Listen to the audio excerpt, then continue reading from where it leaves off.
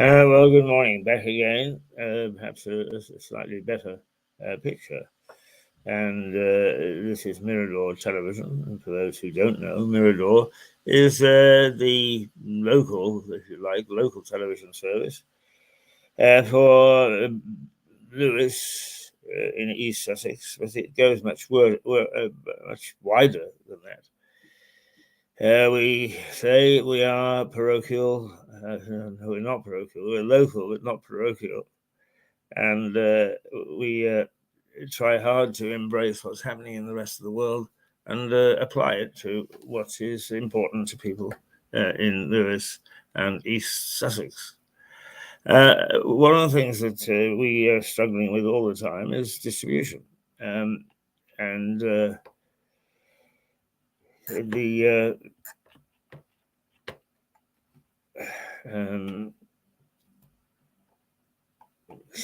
sorry, I'm just looking around. And so we decided that we would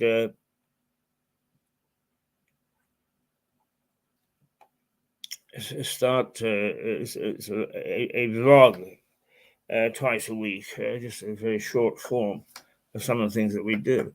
And so we have the first vlog on view. We need to find it. And oh dear.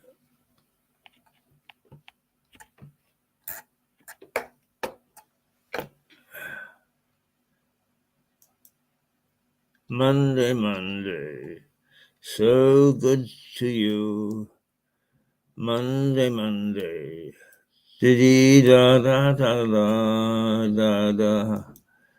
Dee dee dee dee dee dee dee dee dee dee dee.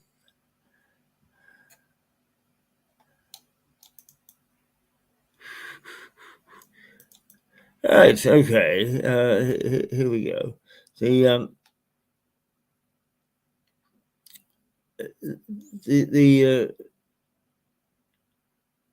idea is to encapsulate some of the things that we stand for on Mirador. One is independence. We are totally independent. We do not in any way kowtow to anybody. In fact, as you probably can see or hear, that we slag off the local politicians very badly. But we believe that we need to have a conscience. We also bring in, believe it or not, on this station in the last 2 or 3 months, we've interviewed the head of MI5. We've interviewed Vince Cable. We've interviewed some key authors, correspondents, some very interesting people, and leaders of our society. And we continue to do that. We've got a pretty good schedule coming up. But for the moment, just let me let you see what we put out over the weekend, and which we hope people will find much easier to just take a little look at, because democracy is very key. It's under threat in many parts of the world. It's under threat. It's under threat here. So let's just see the 5-minute that we're going to do, and we should be doing 2 of these a week.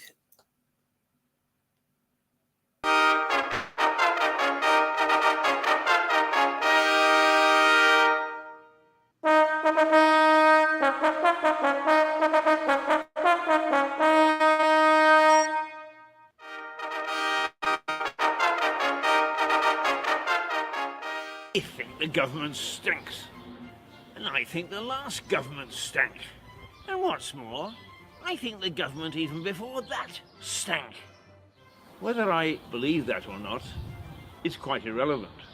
What is important is whether I can say it without being locked up by the King's men. It wasn't always so. The rights enjoyed in a free democracy started right here. It was here, near to the High Street, that blood was shed in the name of freedom. It was match of the day, the king versus the barons. King Henry III was roundly defeated at the Battle of Lewes, just on the edge of the town.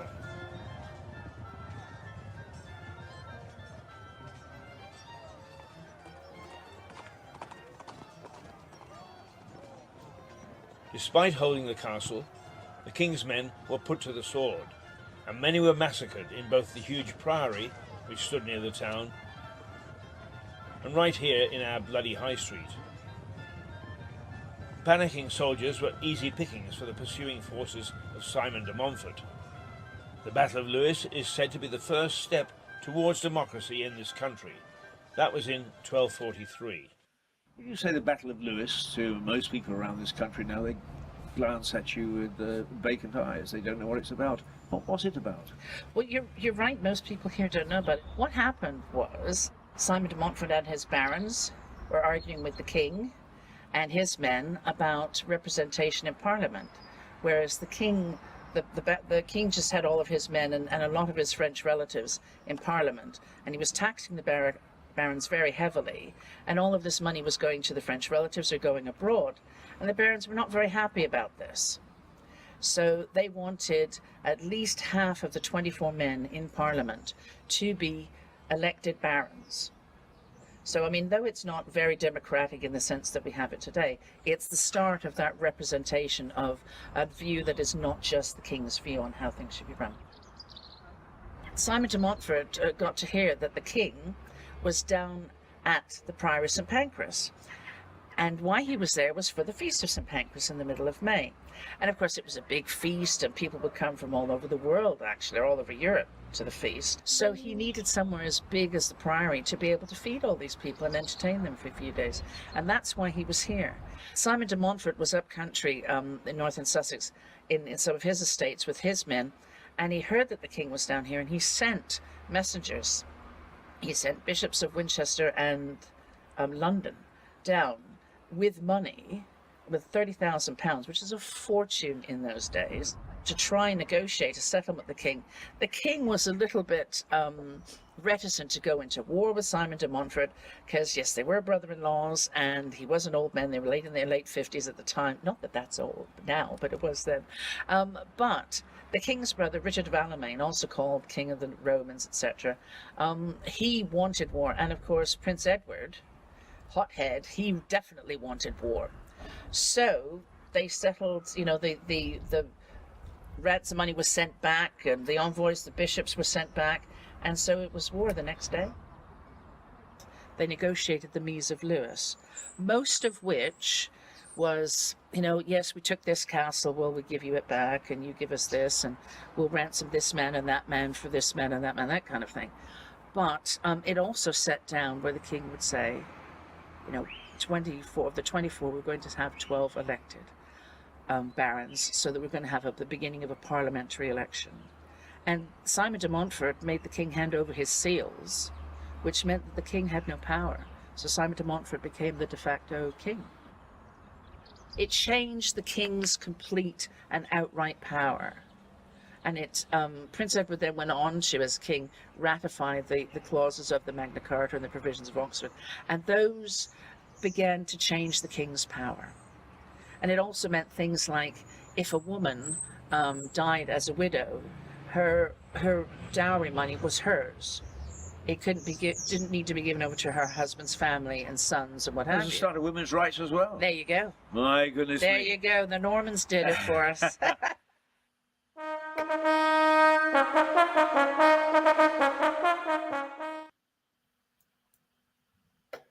So there you are, those little vignettes, vlogs that they call them, will be coming at you 2 a week, and you can see them on Facebook, YouTube, LinkedIn,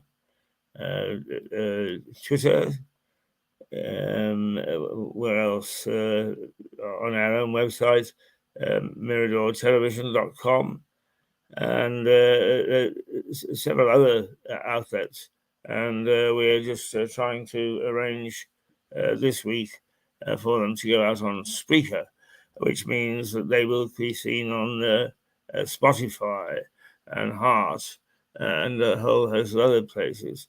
It's a bit more difficult technically to do that, so it's taking us a bit of time. Now it's 9:45, and one of the things that we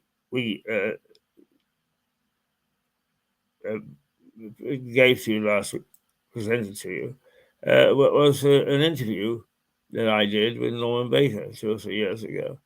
And we've had several people say they were sorry that they missed it on both occasions. And they would like to see it again. It's Monday morning. I see no reason why we shouldn't indulge ourselves, because it is a good interview. He's a very colourful man, very interesting man. And I think that it's a good interview, and it fits in with our theme of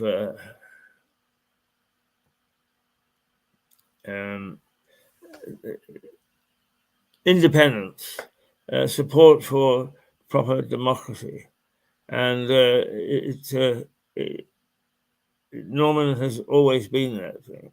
He's not everybody's cup of tea, and he would be the first to admit that. But he is a straightforward man, and he's as honest a politician as you'll ever find. So let's take a look at this interview with Norman a second time in a short period of time.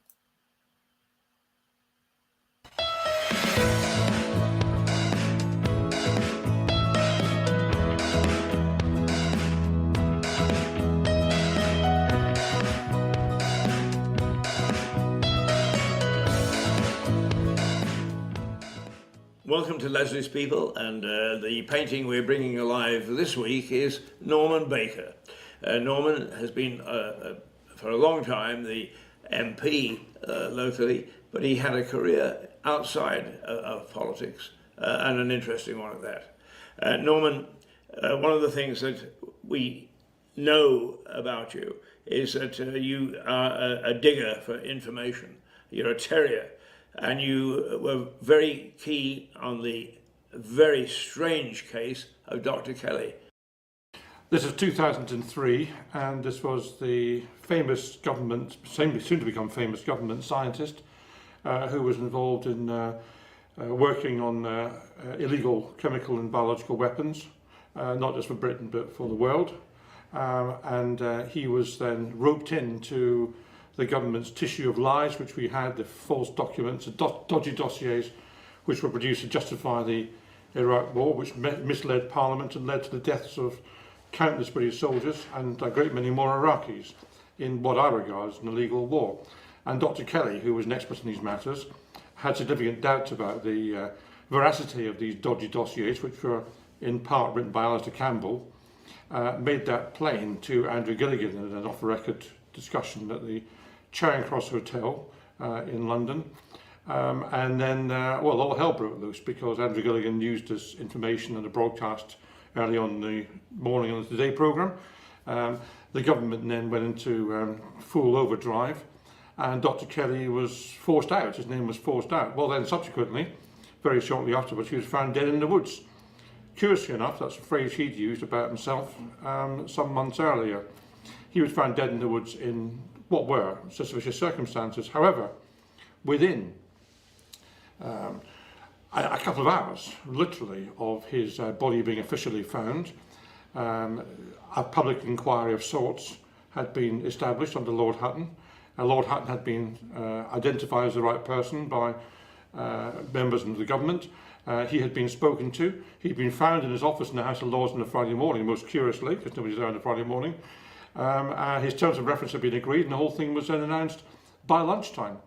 Well, of course, that meant that the scent of the press was directed towards this so-called inquiry which was due to take place, and away from Dr. Kelly's death. And the inquiry, I use the word lightly because there was nothing of the sort, when it took place, largely focused on the government and the BBC, and poor Dr. Kelly got barely a look in. Now, when this was all happening, I thought, well, you know, why is nobody looking at the death? This is a man who has died in suspicious circumstances. And we still have to tell you, 18 years on now, nearly 18 years on, there's been no inquest. This is absolutely disgraceful in this country. Whatever you think happened to Dr. Kelly, everybody who dies in suspicious circumstances is entitled to an inquest. There's been no inquest on Dr. Kelly's death, and apparently nobody seemed to be that bothered about it. So, in 2005, 2006, when I saw the way the wind was blowing and that nothing much was happening about Dr. Kelly, and I looked into matters, I was contacted by a number of doctors who said it is clinically impossible for Dr. Kelly to have died in the way that it was described. And the more I looked into it, the more distasteful and suspicious the whole matter became. The so-called Hutton inquiry was nothing of the sort. It was a non-statutory inquiry. That means that nobody was there giving evidence under oath.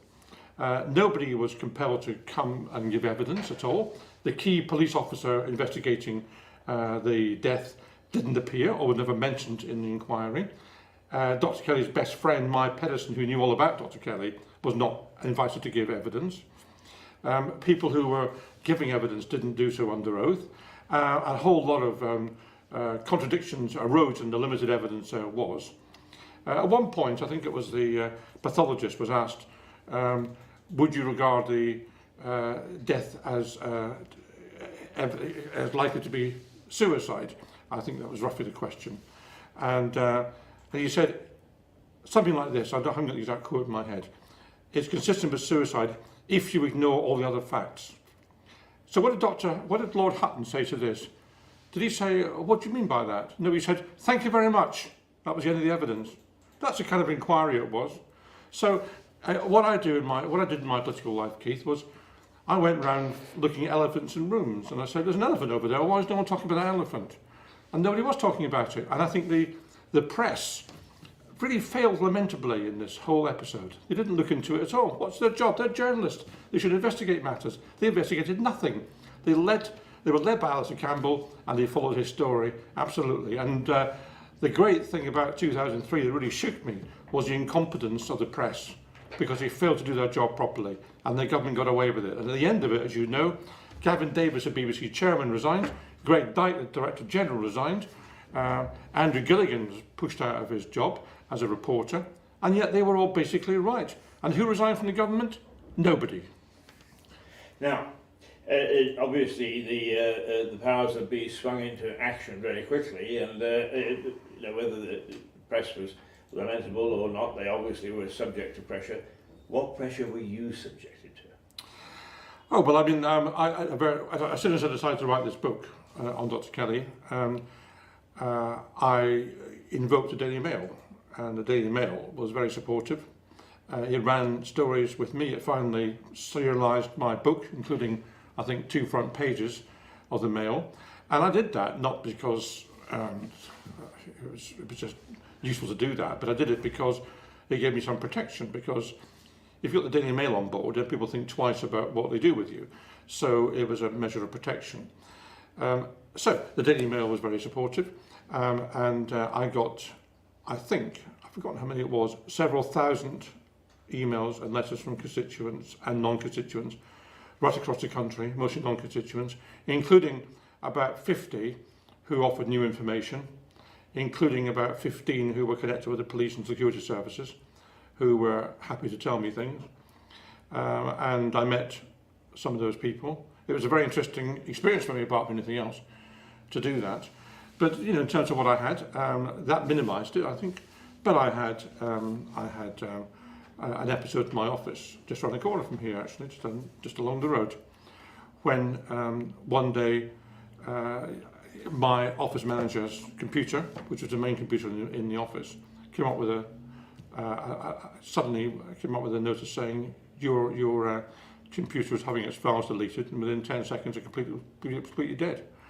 I got the police involved in that, actually, because that was quite serious. They had no idea how it could have happened. It was investigated by the police over at not Falmer, just beyond that. I've forgotten where the police headquarters are, just beyond there, but the special headquarters there. So you did have things go bump in the night, didn't you? Well, you never quite know whether things go bump in the night or whether you hear things. I mean, I like to try and stick to things I'm definitely sure about, and I'm definitely sure about the computer.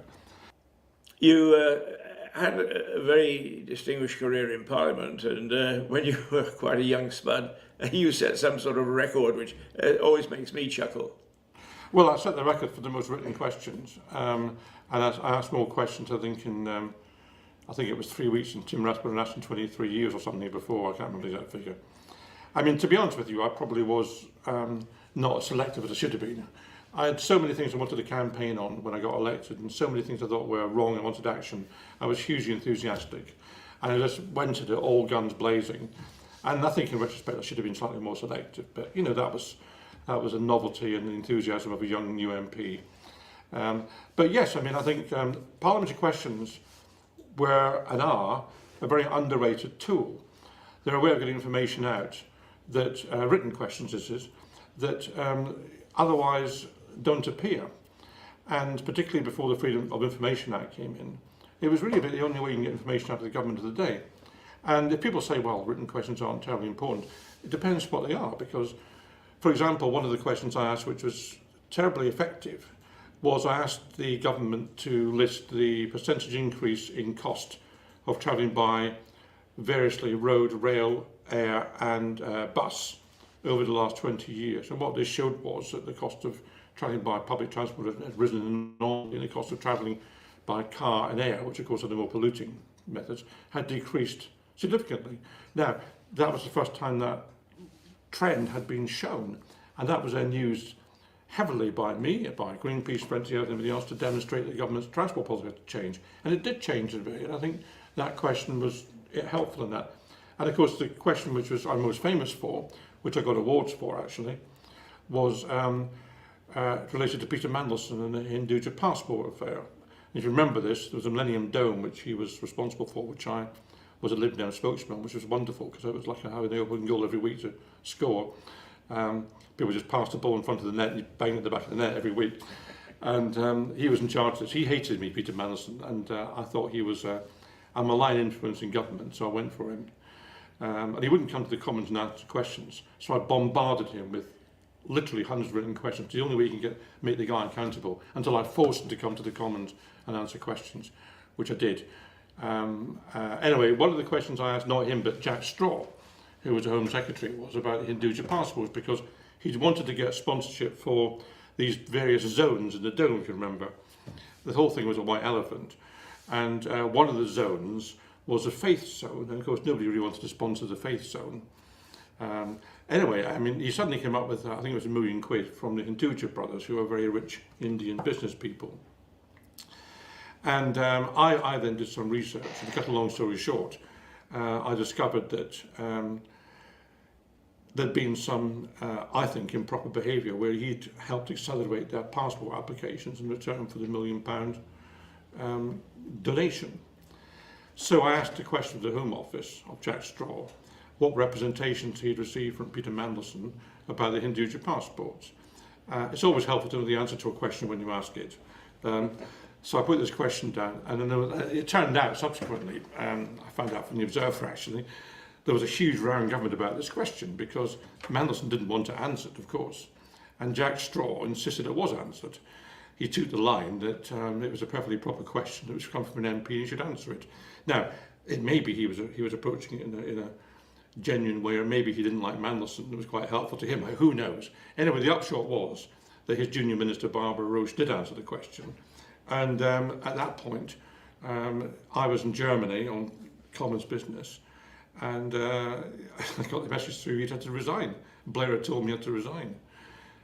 So I got besieged. I spent most of my time in Germany on the phone doing interviews about this question. I remember coming back about 2 years later and going into the BBC at Millbank, and the BBC doesn't organise itself in a necessarily a very efficient way. And I got this bunch of media vultures suddenly landed on me from BBC Norfolk and BBC Devon and whoever else it was, all wanting separate interviews. Well, they couldn't just have one interview and pool it, I don't know, but they wanted separate interviews. So that was an extraordinary experience. And I got out of that the Opposition Politician of the Year award from Channel 4 and the Question of the Year award from The Spectator. And all because of the written questions. So the power of a written question should not be underestimated. As a veteran, you turn to transport, and you have become something of an expert on transport. How do you see transport in the future? What's going to happen to the way that we actually travel? My prediction may be different to what I want. What I want is a revitalisation of public transport, because I think it's good for the environment to maximise the number of people in the vehicle, above anything else. And I also think it's good for the economy, because it's cheaper ultimately to transfer people by train or by bus than it is by car in overall towns. You minimise congestion in the high street if people are coming by bus. A bus can hold 75 people. That's potentially 75 cars, causing congestion. So I want to see a renewal of public transport. I also think we should see more cycling and walking, because it's good for people to do that.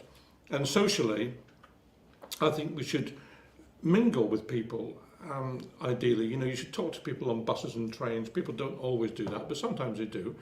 I think it's quite social to do that. And people behave slightly oddly sometimes when they're in this little box of theirs called a car, when they appear to be separated from the rest of the universe. And they're both on their own and not on their own. And they behave perhaps in a way they wouldn't do if they were on a bus or a train. So I think for all sorts of reasons, I would like to see walking, cycling and public transport come into its own. And when the virus first hit us in about March, we did see from the government some sensible policies. We saw an attempt to encourage cycling and walking, which did increase dramatically. And by the way, people want to cycle. We've got one of the highest percentages of bicycle ownership in this country of anywhere in the world, but one of the lowest uses. Why is that? It's because people want to cycle but don't feel safe doing so, I think, largely. And people did feel safe when there were fewer cars on the road in March. So if we can get back to that stage, we can have that. And if you look at Holland, if you look back to Holland in the 1980s or thereabouts, it was chock-a-block with cars. Now everybody's on a bike in Holland. You can transfer these skills and this attitude. So I'd like to see that. But unfortunately what's happening now is that the government sent a message out in March that public transport wasn't safe. I suppose it was sensible to try and discourage that at the time until we knew what was happening. But public transport now is safe. People are entering vehicles which have been scrupulously cleaned regularly. They're wearing masks, are socially distanced. There's really no reason why they shouldn't use a bus or a train. They're probably a lot safer than pubs and clubs and everything, which are still open. And yet people have got this mindset that it's not safe. So the consequence is that we're having a car-based recovery now, where car traffic's back to where it was, and public transport use is well down. That's not sensible, actually, in longer terms. So what my prediction will be will depend upon whether the government deals with that or not. If they do nothing, then we will end up with public transport going back 30 years. We'll end up with cars everywhere and a lot of congestion. But the government needs to lead on this.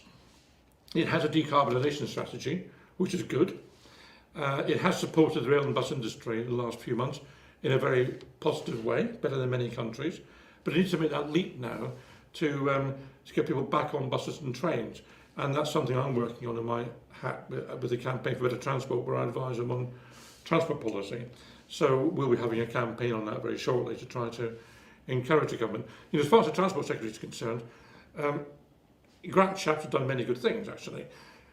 But I worry that he seems to think that green cars are the answer to everything. Well, green cars are welcome insofar as they take away pollution, but they don't take away congestion. And they also leave people isolated for those who haven't got access to cars. So he needs to actually think about those two things. I'm not sure he has done yet.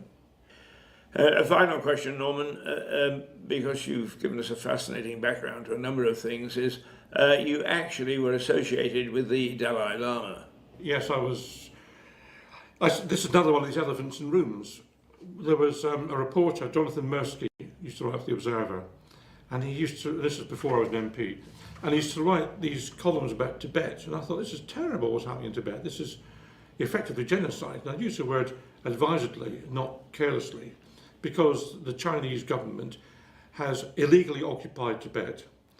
is rewritten history, or trying to rewrite history to say it was always there, which it wasn't, and is carrying out a policy which is designed to eradicate the very nature of Tibetan beliefs, their religion, their culture, to force Han Chinese culture on them, to turn them into Han Chinese.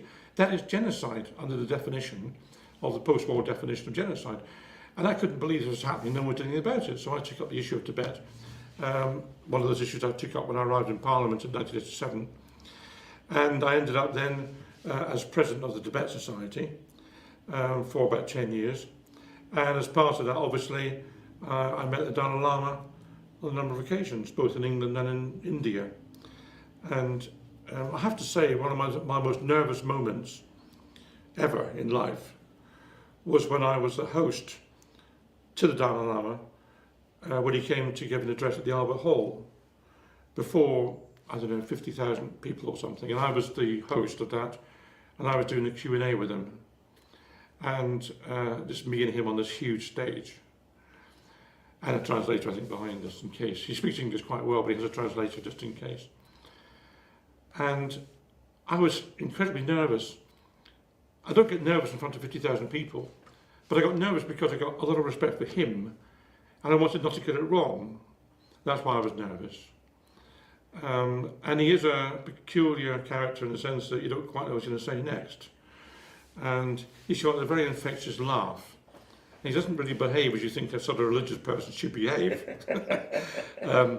So I mean, that was a challenging moment for me. I think I got away with it, but I was quite nervous with that. But he is a tremendous figure, and you know, the Chinese call him a terrorist. Good God, how this word is misused. He has dedicated his life to non-violence and to peace. He's like an equivalent of Gandhi in a way. I mean, how to call him a terrorist? It's just outrageous. And now is beginning to wake up to the horrors of the Chinese regime, and they've overreached themselves, of course, with Xinjiang and the Muslims, and all these concentration camps, because that's what they're setting up. And they've overreached themselves very visibly in Hong Kong, where they've torn up the agreement with the British, which should last 50 years and doesn't last 50 years. And they're showing contempt for the world, actually. And at last the world begin to wake up and say, we can't let this carry on. They've let it carry on for ages. You know, the deal with the Chinese was that the West thought, give them the Olympics, 2008 was it, I think, give them the Olympics, and that will expose the world to the China and China to the world, and the economic advance the Chinese has made will be matched by democracy catching up. Well, of course, nothing of the sort happened. What the Chinese have now got is an absolute control of the population, which is unbelievable. It's worse than Orwell's 1984 in terms of capacity. They will now know everything you're doing. They monitor everything you do on your mobile phone, everything. Then CCTVs everywhere. They've now give points for how you behave. If you walk across a red light as a pedestrian, you get points deducted. They know you've done it, they'll deduct points. And if enough points are deducted, they stop you travelling by train. They stop your children going to university and all these sorts of things. They force you to behave exactly as they want, as robots. This is the future of the world if we're not careful. And that's what's happening in China now. They've occupied Tibet illegally.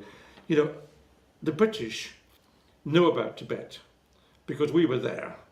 We were going around the world and forcing people to trade with us. That's what it was. I mean, we shouldn't have done that in a way, the way we did it, but at least we weren't kind of massacring people in the way the Chinese do. We went into Tibet and we forced them to trade with us. But we actually got on quite well with them. The Dalai Lama likes the British. He was there, of course, because he's now very old. We were there. We were the only country really in Tibet before the Chinese invasion to any degree. So we know they were independent. They had their own government, they had their own currency, they had their own stamps, they had their own foreign policy. We signed treaties with them. You know, the Similar Convention 1914 and others, which the Chinese are not part of. We did bilateral treaties with the Tibetans. So we know they're independent. So when the Chinese turn around and say it's always been part of China, what absolute nonsense. I mean, it hasn't been. They cannot be allowed to rewrite history in this way. People do like to rewrite history in totalitarian regimes. There was no joke in Soviet Russia under Stalin, when Russians would say to each other, "We don't know what's going to. You never know what's going to happen tomorrow." Was the line they used to use in Stalin's. No, that's not right. You never know what's going to happen yesterday. That's right. You never know what's going to happen yesterday. Is what they said, because the history is rewritten by Stalin. So thanks for being with us. You're And welcome. there we go, Leslie's people. Norman Baker, thank you for being with us. Once again, a very lively character, and one where the life of the portraits that Leslie Hills paints has come to life in the streets of Lewes.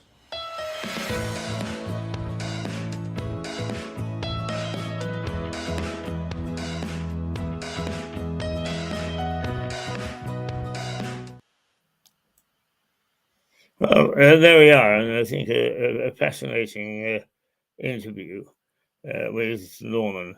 I haven't seen him for 4 or 5 weeks, and I have to say I am delighted that he is finding a post MP role as a journalist. He's involved with GBTV, TV, and he pops up in all shades of Sunday newspapers, or sometimes in the analysts and commentators columns in some of the bigger press.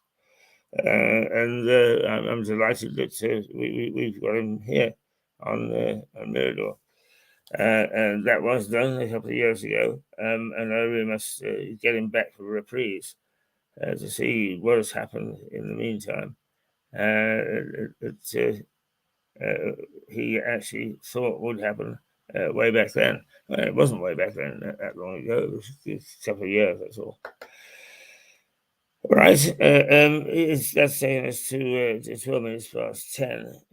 What we will do is we'll invite Suzanne Mucho, and we'll hang on to see whether she is taking our calls, as it were, and if not, we'll take a break. But Suzanne Mucho is one of our correspondents from the United States, keeps us up to date. Interesting lady she is. I call her my blue ass fly.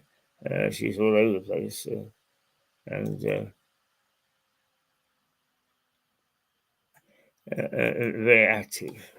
very active indeed. While we're on the characters in Lewes, and while we're waiting to see whether Suzanne is there, what we might do is take a look at another character, and I played him last week, and I can't get enough of Andy, the window cleaner. He's the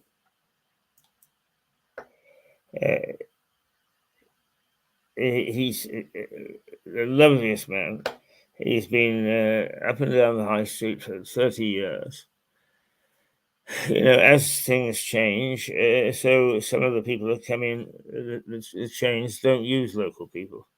I think it should be. I think we should actually find a way to say, if you're going to come in here, that you do use local services.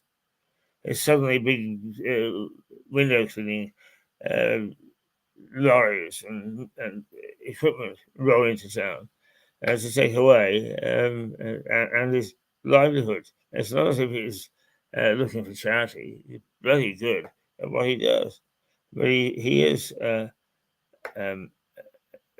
lovely man, and is knowing about him and seeing what he's up to is important, I think. So that's on this Monday, where we're really looking back and being gentle in our approach to the week. Let's just say hello to Andy, I think, shall we? Yeah. Oh, yeah. Favorite things is sitting outside when it's sunshiny. Now that we can, in a pub. I'm talking to those people who get the day going, Andy. And who have I been meeting for years and years and years is but Andy the window cleaner. A terrific character that everybody knows. Andy, how long have you been doing this? Approximately 28 years. 28 years? Yeah. So you've seen some changes.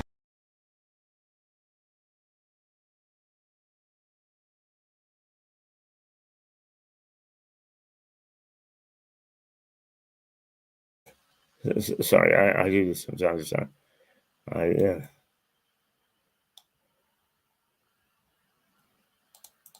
I cut off what I. Let's start again. One of my favourite things is sitting outside when it's sunshiny. Now that we can, in a pub. I'm talking to those people who get the day going, and who have I been meeting for years and years and years is but Andy the window cleaner. A terrific character that everybody knows. Andy, how long have you been doing this? Approximately 28 years. 28 years? Yeah. So you've seen some changes here? Yeah, certainly, yes. Certainly, yeah. From the What was it times. like 28 years ago? So I can't honestly remember, Keith. I'm at that age now where the memory's going. But it was, certainly different and certainly busier. Tell me, what's it like? Because you and I used to have a race to get to the high street first. Oh, yes, yeah. And 6 you o'clock generally in the beat me. morning, yeah. We used to have a wager on it. But tell me, in those days it was empty, but times have changed. What is it like at 7 o'clock in the morning here in Lewis? 7 o'clock now is more like it used to be at maybe 5:30, 6 o'clock. There's nobody about. I don't find anybody. Even up to 9 o'clock, the town's still quite quiet. And obviously, since the lockdown and the shops reopening, it's sort of 10 o'clock in the morning before the shops are opening. So it's a lot quieter than I've ever known it, really.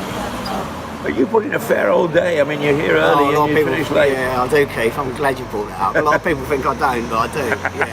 Yeah. You clean windows, particularly the businesses, and I must say, one hell of a job you do too. They always look sparkling.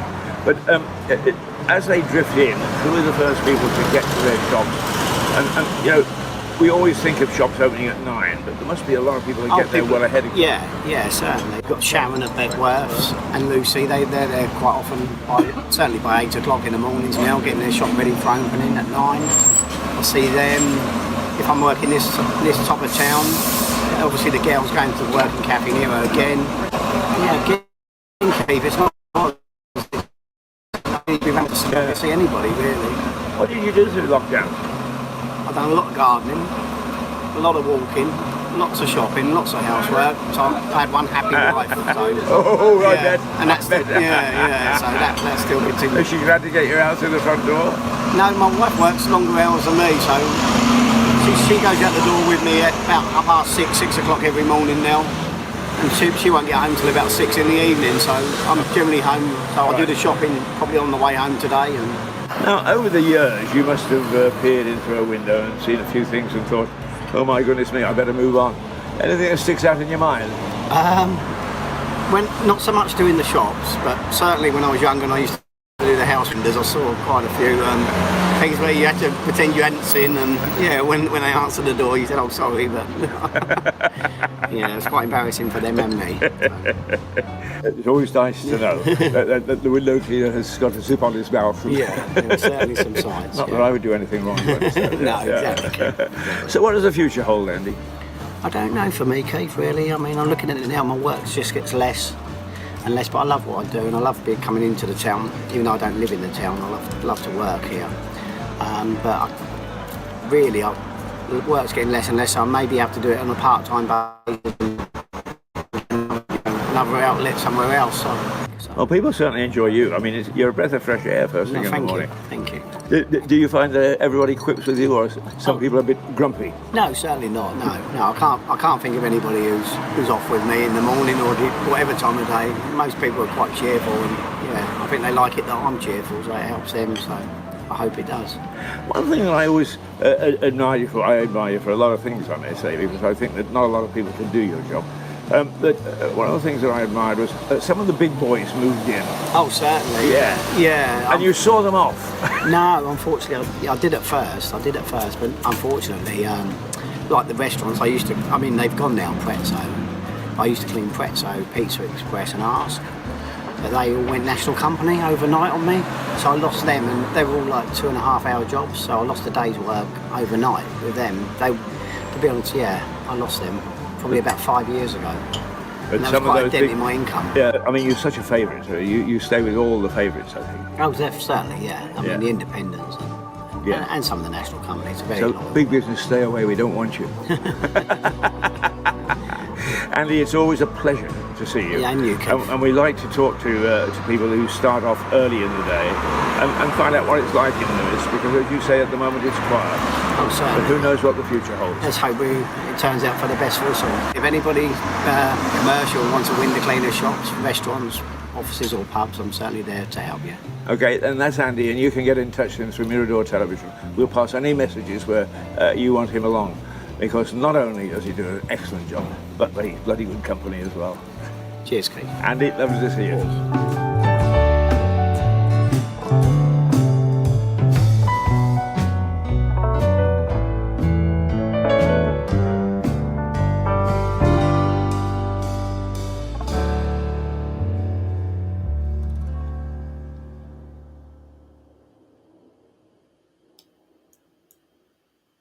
Well, there we are, and here's a lovely footnote to that. He mentioned 3 or 4 major companies that stormed into the high street, did things their way, didn't use local people. Who is there? Andy is still there. Yeah, Andy is still there. And I'm still there. Where are these companies now? I don't know, but they're certainly not on the high street. And I think that big companies really have got to start to look at what they do locally. And if they're going to take money and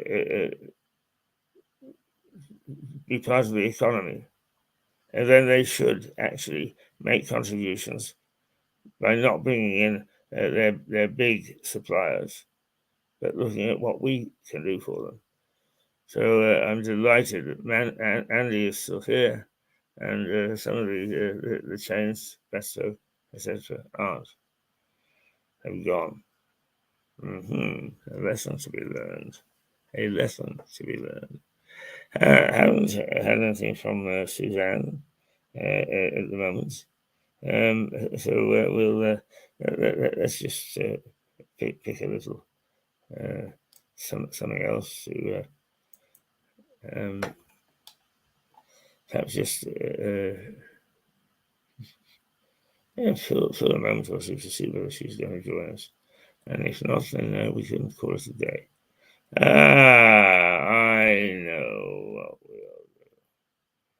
know what we'll do. We'll take a look at how is one of the things that we have seen is a burgeoning of the wine industry here.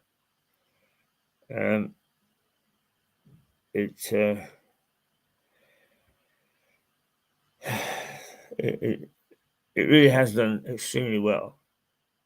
And not only has it increased in size, but in quality. And vineyards regularly take the first prize in blind tastings. And some of them have been chosen by the palace, by Buckingham Palace, to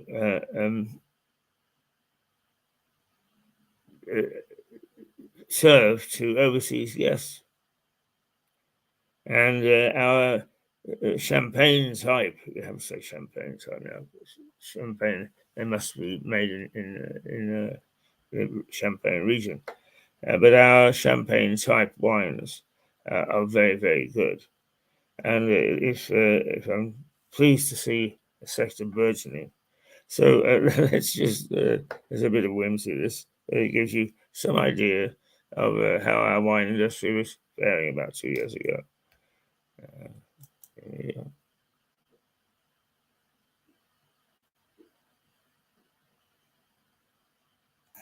Over the road from the shops, held up by ship's timbers, is the Gardener's Arms. There seems to be a tradition in Lewes, although no one admits to it, of omitting the epithet pub or tavern. This pub is called by locals simply the Gardener's. And the Gardener's it was.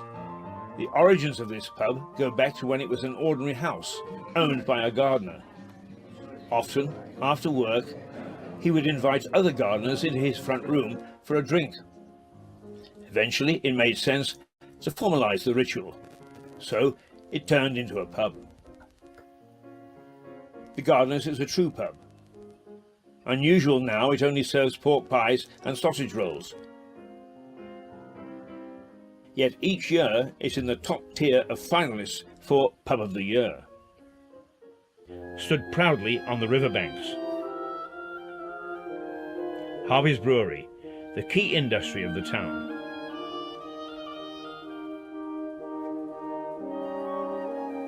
The bloody high street of a tiny town.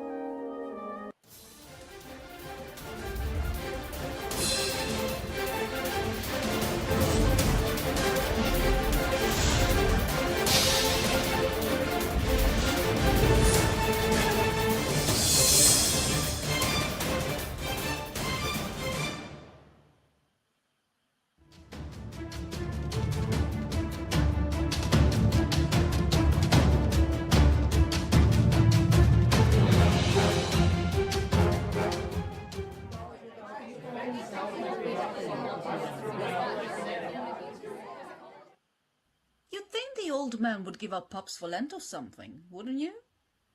Well, think on. He even gets absorbed in how the pubs were in January's time. Luddite.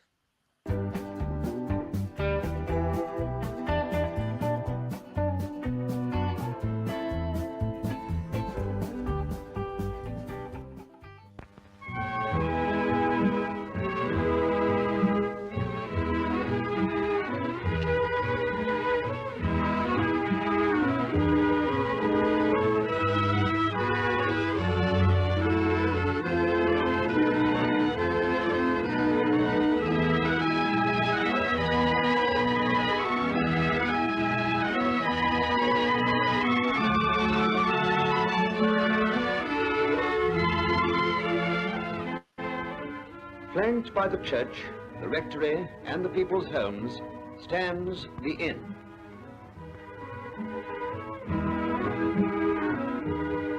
In its shade and beneath its roof, men of all degrees and of all opinions meet in comradeship and comfort.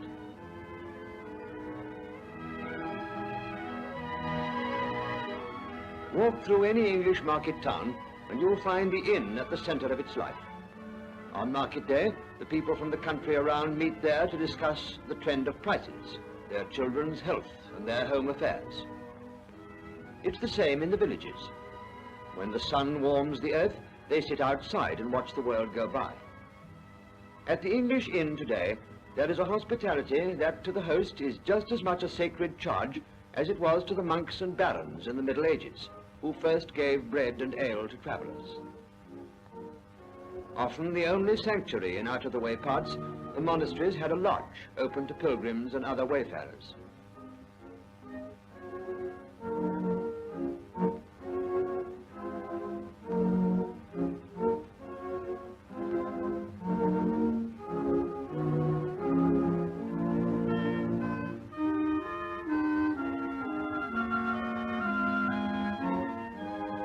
Later, these lodges became separate establishments and were eventually run as inns, under such signs as the Pilgrim's Inn.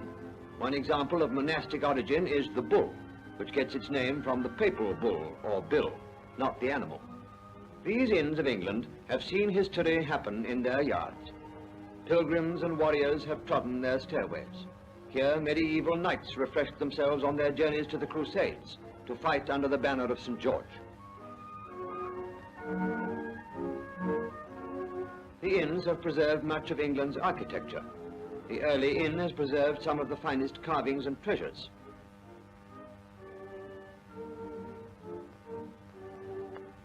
Like the church, it was a sanctuary. Hence, most of these carvings have a religious meaning.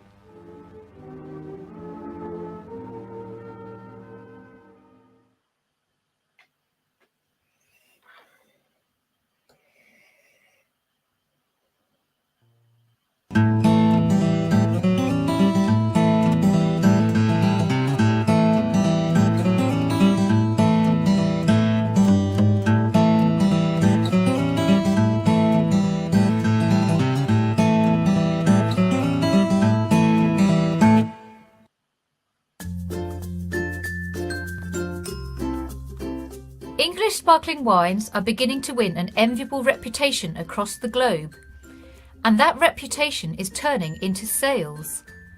British supermarket chain Waitrose has reported a 188% increase in sales of English sparkling wine last year, and that trend is expected to continue. The soil and climatic conditions in southern England are remarkably similar to those of the Champagne region in France. So much so that leading French champagne house Taittinger has bought land in Kent and has begun producing English sparkling wine. But the owners of English vineyards are not prepared to take second place. Ridgeview Estate Wines in Ditchling has been producing English sparkling wine since 1994. And recently, the company received the prestigious accolade of having its wine served by the Queen to Chinese Premier Xi Jinping at a state dinner. Ridgeview is a family business which has a strong sense of history when it comes to its products. The vineyard's trademark is Merit, named in honour of Englishman Christopher Merit. This wine pioneer made a presentation to the Royal Society in London in 1662, explaining the process of making sparkling wines. That was 30 years before the French began producing champagne. Last year, Ridgeview produced a bumper crop and has similar ambitions for this year. The product can be seen at a variety of produce events in the region, notably Brighton and Hove's Food and Drink Fair in May. And the winemaker plans to repeat the success of last year when it introduced its range of sparkling wines to New Yorkers. Want to check out the claims that Ridgeview makes? There are plenty of stockists within the Lewes district. As one might suspect, it's available at Harvey's, but also Larder in Ditchling, Middle Farm on the road to Eastbourne, and of course the English Wine Centre at Drusilla's Roundabout. These successes have created a rush to develop new vineyards in Sussex. Licence applications last year were up by 40%. It's not just sparkling wines that are gaining a reputation.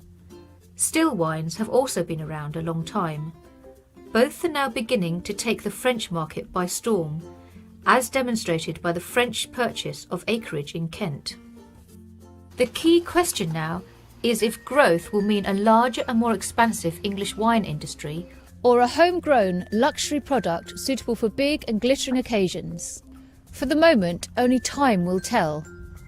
Trevor, where's my drink? Ladder Daniels of South Downs Television at Ridgeview Vineyards, tasting a true competitor of French champagne. So next up on Food Glorious Food, a new way to sell wines in Lewes.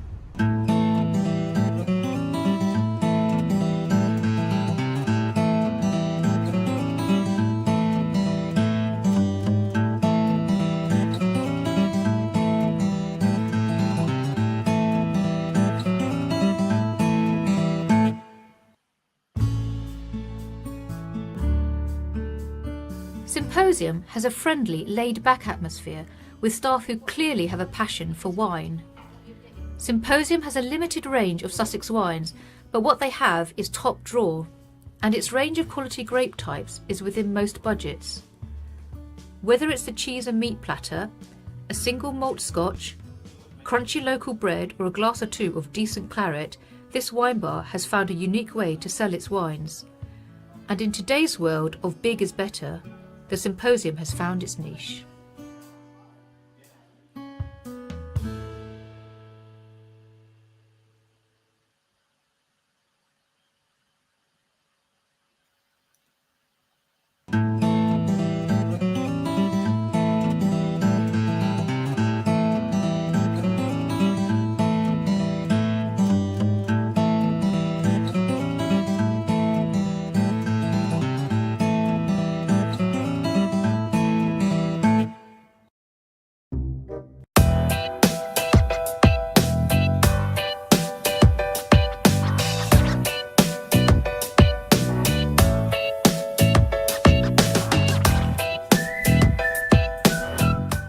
Hey guys! In this video I'll show you how to prepare at home an incredible liquor. It's gin. For this you need 1 liter of 50% alcohol, 17 grams of juniper, berries must be navy blue and I've slashed them with rolling pin. Then you need 7 grams of coriander seeds, 2.5 gram of orange peel, 1.5 gram of lemon peel, 1.5 gram of cassia bark, and a pinch of hyssop, a pinch of anise, a pinch of fennel, a pinch of licorice. Fill up the jar with alcohol and all ingredients and shake it.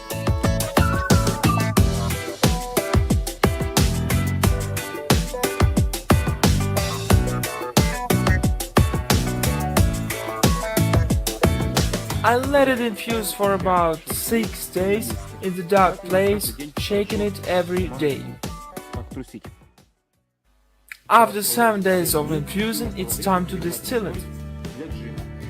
I gotta use a simple moonshine still. I've dismounted a metal gauze from the shelf for better flavoring. By using a gauze, I filter the infusion into the boiler and add water. You need to get a 33% ABV liquor.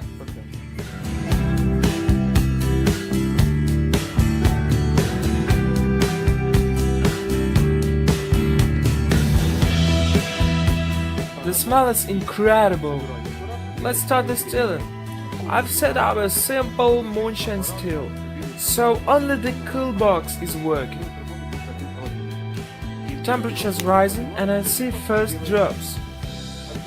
I separate about 20 milliliters of 4 shots just for safe. I've set out the range at 1000 watts and start separating of gin.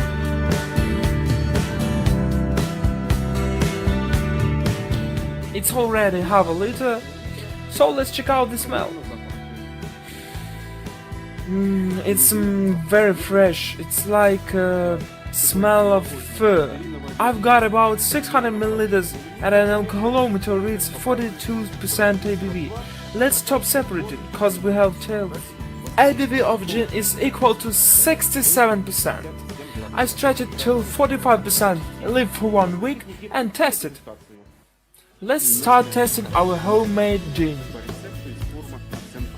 It's stretched till 45% and it was infusing for 12 days. First of all, I'll test it in pure form.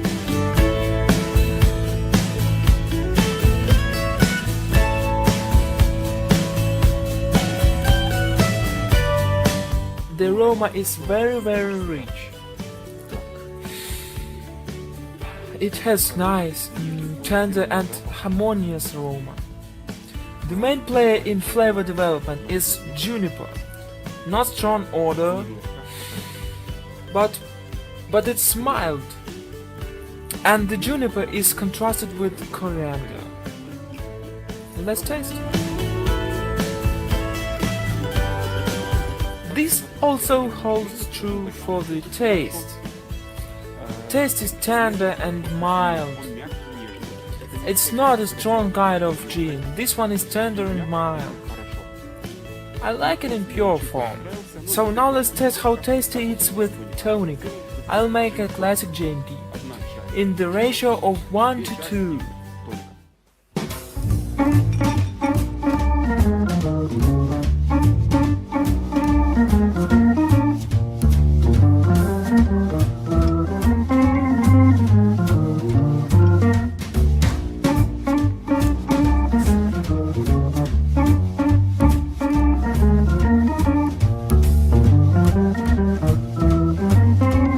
Well, let's taste.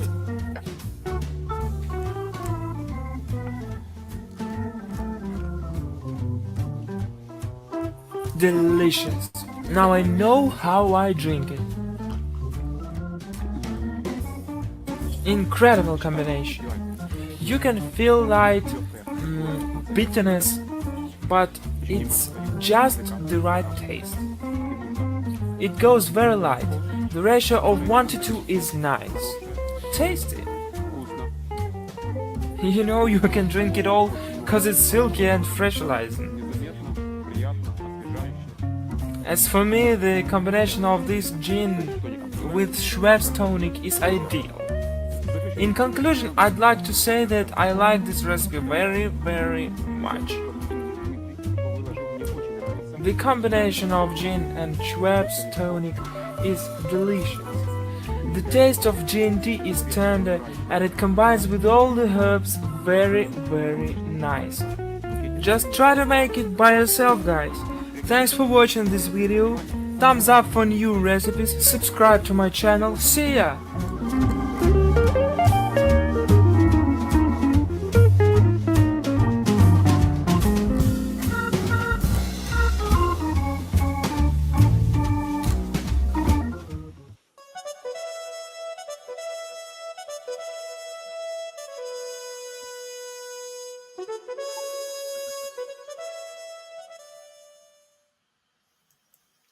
Well, there's a little trot through wine and gin and pubs and beer. We haven't heard from Suzanne, and we do understand that at this time of the year, getting out of bed at 4 o'clock in the morning to appear on Mirador is something of a difficulty.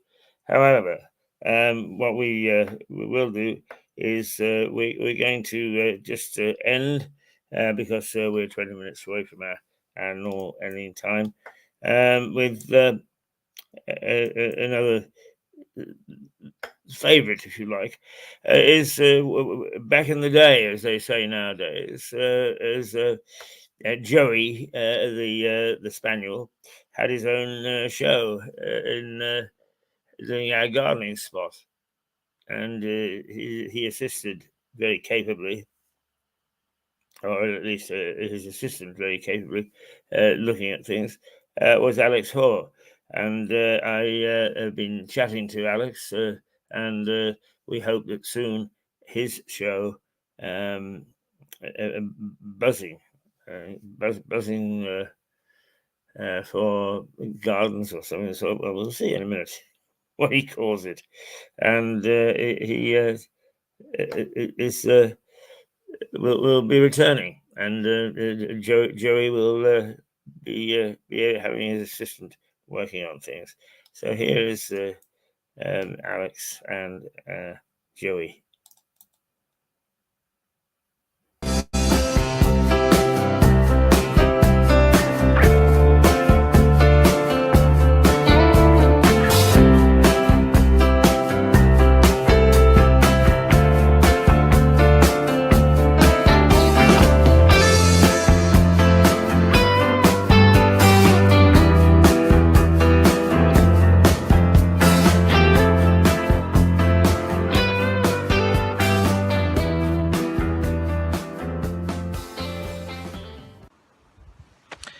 Hello, well we're back in Hailsham and it's a nice Sunday afternoon.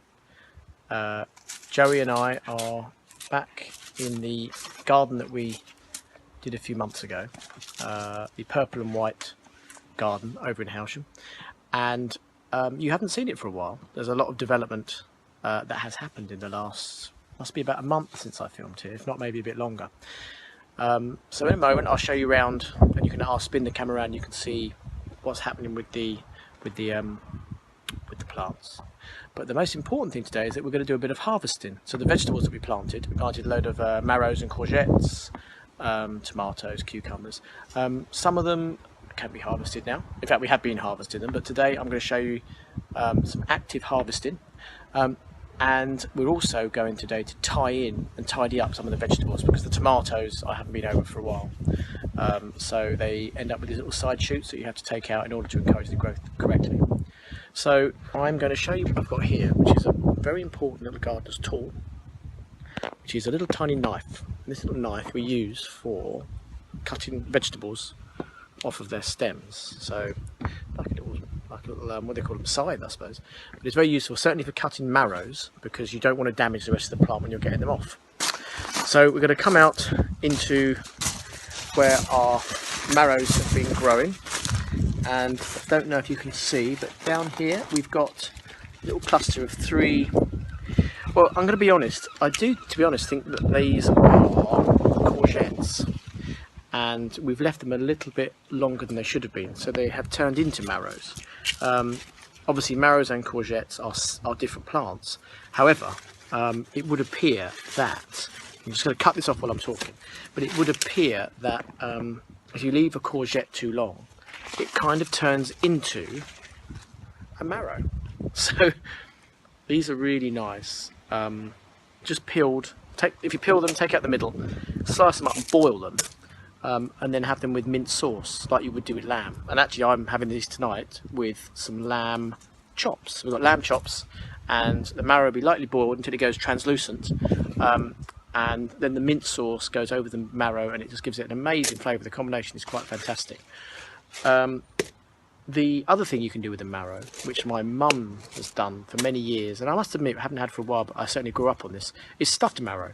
So you get mincemeat, you can flavour it with whatever you want to, onions and all sorts of stuff, and you cut the ends off either end, take the middle out where all the seeds and all the rubbish is, stuff it, put the ends back on, wrap it in foil and bake it in the oven. And then you slice it and eat it a bit like a sort of a meat loaf, but you get the marrow around the edge, so then have it with mashed potato. So that's another thing that you can do.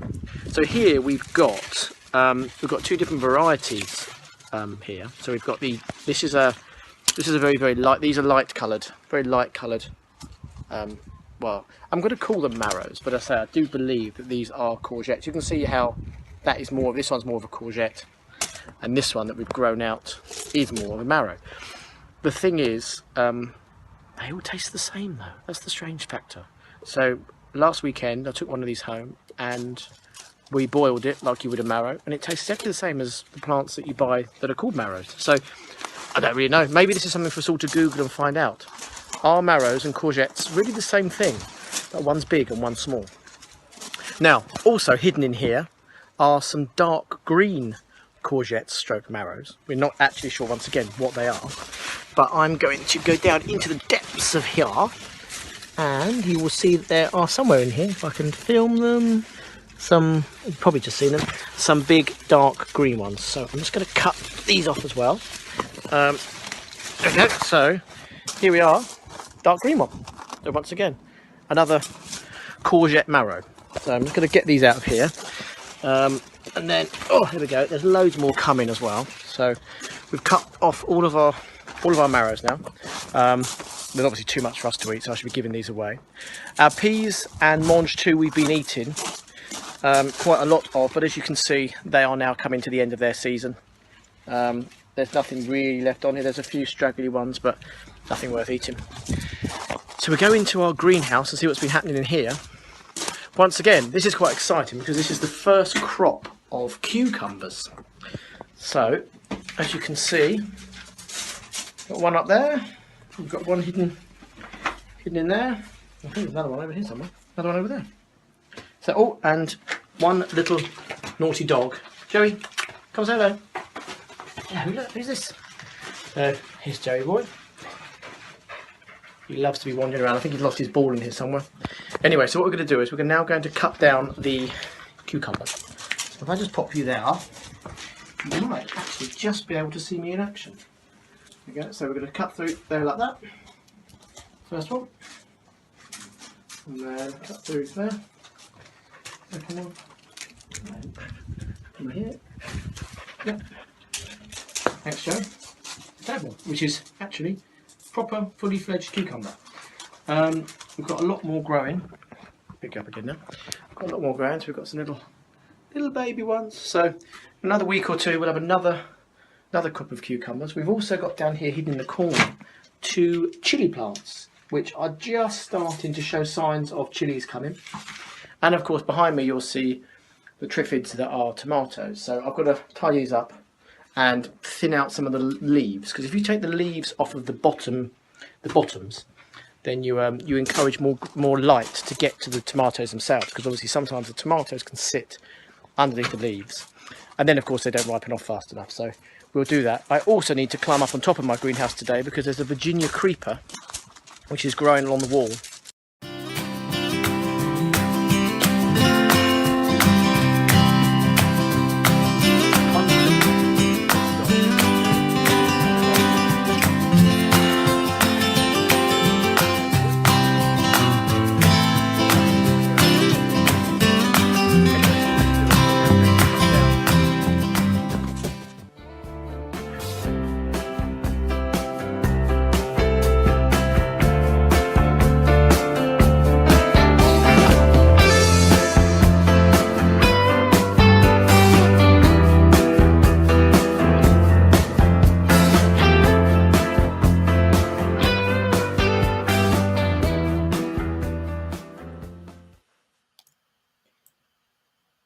Well, there you are, a romp for almost an hour through food and drink.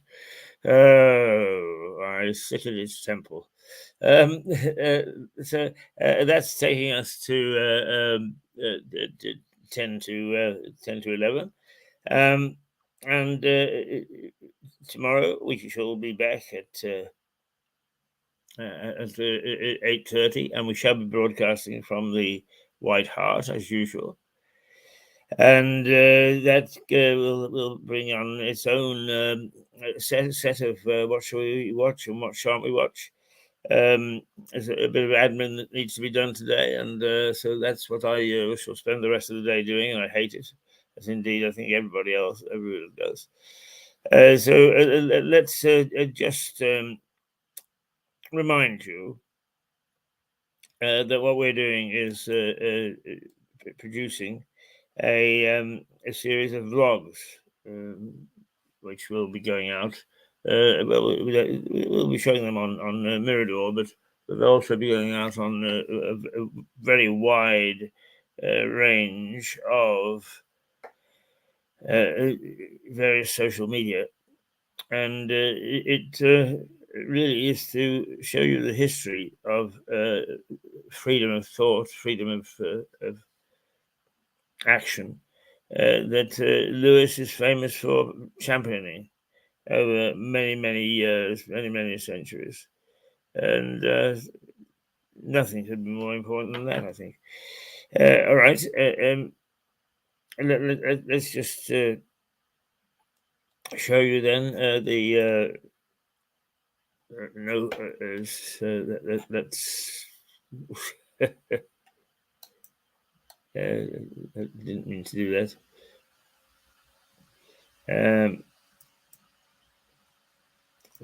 This is what I meant to do. Is just to show you what our new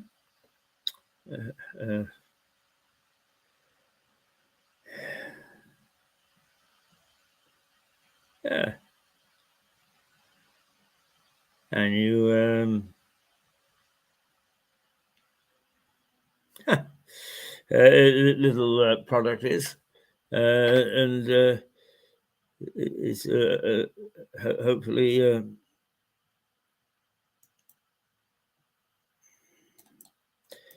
that you'll enjoy them, because you can watch them on the run, as it were.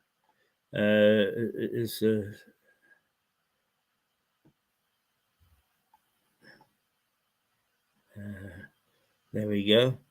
So there'll be 2 of these a week. So let's count this as the first showing, and perhaps on Wednesday or Thursday we'll show the next episode, and it will keep on consistently 2 a week for that for as long as we're on the air, I guess.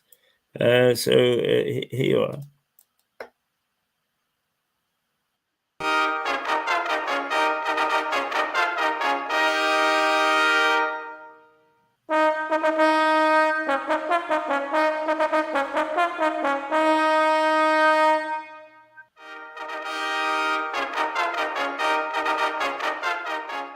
I think the government stinks. And I think the last government stank. And what's more, I think the government even before that stank. Whether I believe that or not is quite irrelevant. What is important is whether I can say it without being locked up by the King's men. It wasn't always so. The rights enjoyed in a free democracy started right here. It was here, near to the High Street, that blood was shed in the name of freedom. It was match of the day, the King versus the barons. King Henry III was roundly defeated at the Battle of Lewes, just on the edge of the town.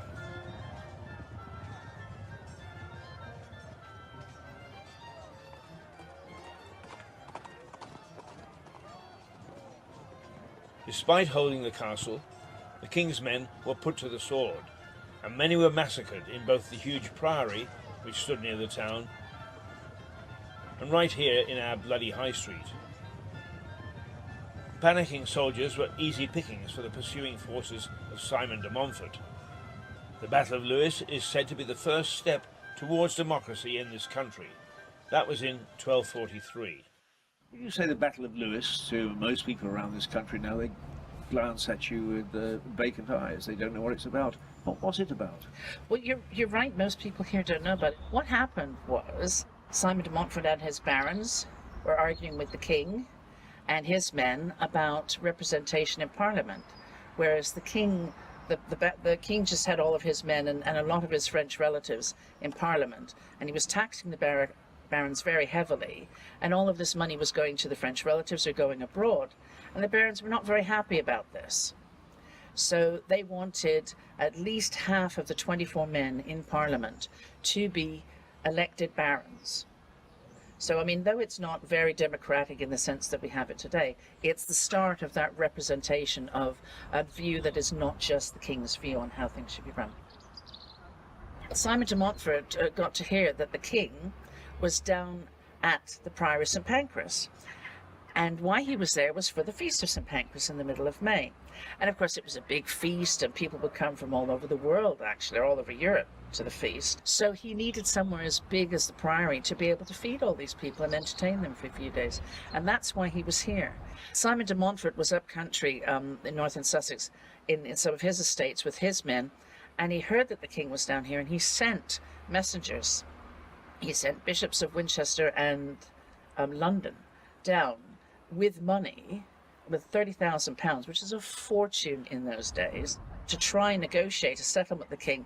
The king was a little bit reticent to go into war with Simon de Montfort because, yes, they were brother-in-laws and he was an old man. They were in their late 50s at the time. Not that that's old now, but it was then. But the king's brother, Richard of Alamein, also called King of the Romans, etc., he wanted war. And, of course, Prince Edward, hothead, he definitely wanted war. So they settled, you know, the ransom money was sent back and the envoys, the bishops were sent back, and so it was war the next day. They negotiated the Mise of Lewes, most of which was, you know, yes, we took this castle, well, we give you it back, and you give us this, and we'll ransom this man and that man for this man and that kind of thing. But it also set down where the king would say, you know, 24 of the 24, we're going to have 12 elected barons, so that we're going to have the beginning of a parliamentary election. And Simon de Montfort made the king hand over his seals, which meant that the king had no power. So Simon de Montfort became the de facto king. It changed the king's complete and outright power.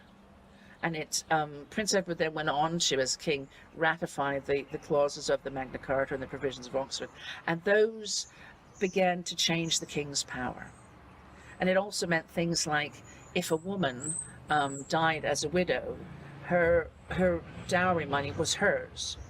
it didn't need to be given over to her husband's family and sons and what have There's a you. start of women's rights as well. There you go. My goodness There me. you go. The Normans did it for us.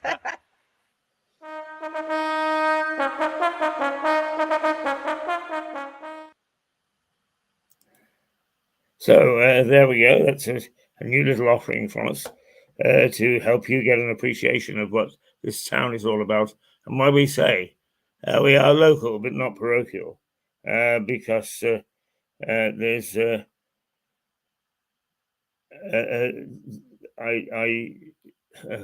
something came through there. I tried to read at the same time, but I am very proud of what has happened in Lewis. I describe it as a bloody town because we have spilled more blood, but always in the cause of something, not just wanton violence.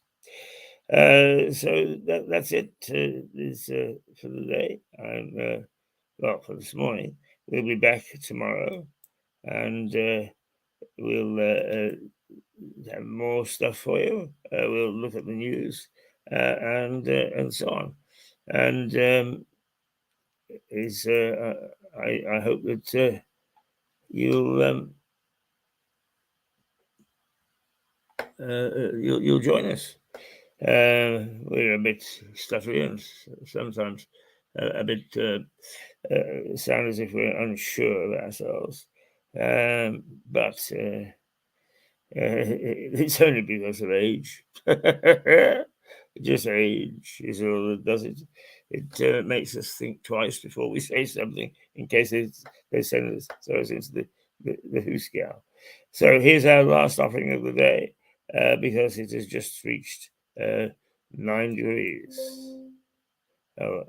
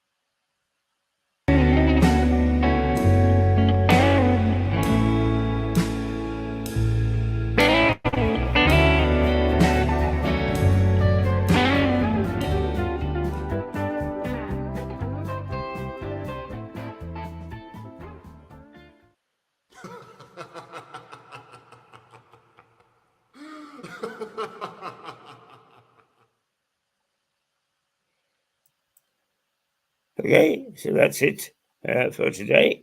That was the weather, and it's just reached 9 degrees now. It is cloudy, but there will be some spots of sun shining through, particularly in the next hour or two. So we can say goodbye, I think, can't we? Well, we can if I can just control this wretched thing. You're watching Mirador television, normally from the White Hart Hotel. This morning, on location, if you like, at the house of Hayes Keith at hotmail.com. They call me Mr. Keith, and here we go. So until tomorrow, Keith Hayes and toodle toodle pip.